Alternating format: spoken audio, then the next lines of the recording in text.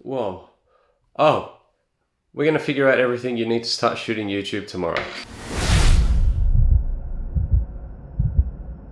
Hey, welcome to this video where we're going to answer what you need to start shooting YouTube tomorrow.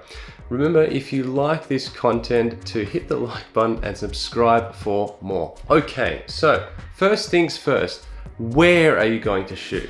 Number one, the location. Now you can shoot outside. Natural light is really awesome. But the thing with outside is it's a little bit inconsistent. Sometimes you have clouds come over, and if you're shooting for a few hours, the sun's going to move. So your scene's going to look different. I shoot inside here. My blinds are shut. I have full control. It's a nice, quiet place. The second thing is your gear, your cameras and all of that equipment. Now I'm going to start with the least important and go to the most important. The first thing we're going to start with is your camera. Investing in an expensive camera just for shooting YouTube videos is probably not worthwhile. If you're using a camera for a bunch of other things, go for it. If you just have your mobile phone, especially if it's something in the last 1 to 2 years, you have some really awesome pro settings in there and you can make footage look like it's come out of a professional camera. It's amazing, it's all in your pocket. Now the next thing is your lighting.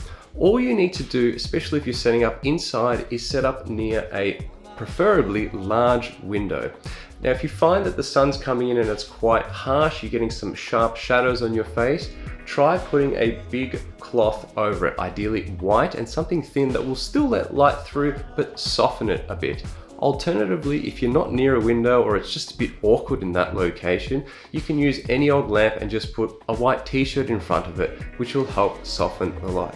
Now I'm using a LED light just above here, which has a soft box in front of it, which is just like a big shape, and it has a white material at the front, which again softens the light. I'll leave the link in the description if you're interested in that one there.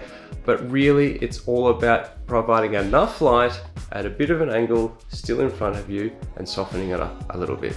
And the third thing, which I think is the most important, is this guy right here. Audio.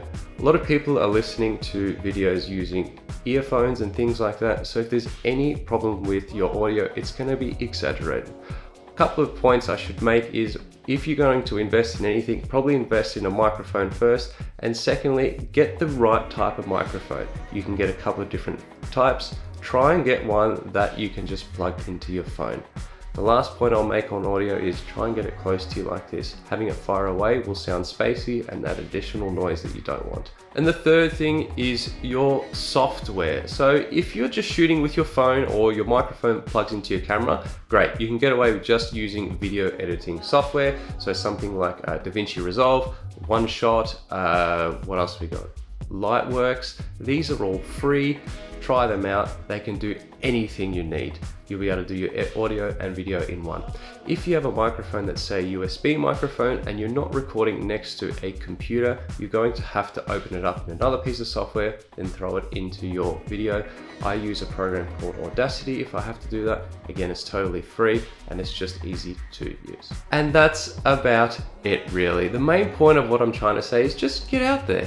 Get your phone out, don't worry about fancy equipment, and just give it a go. Get those hours in, take a look at what it looks like on the computer later if you're really interested in spicing it up a little bit there, and just make incremental improvements with each video. It's taken me a little bit of time to get to here, and yeah, I've got that light and I've got this other light here.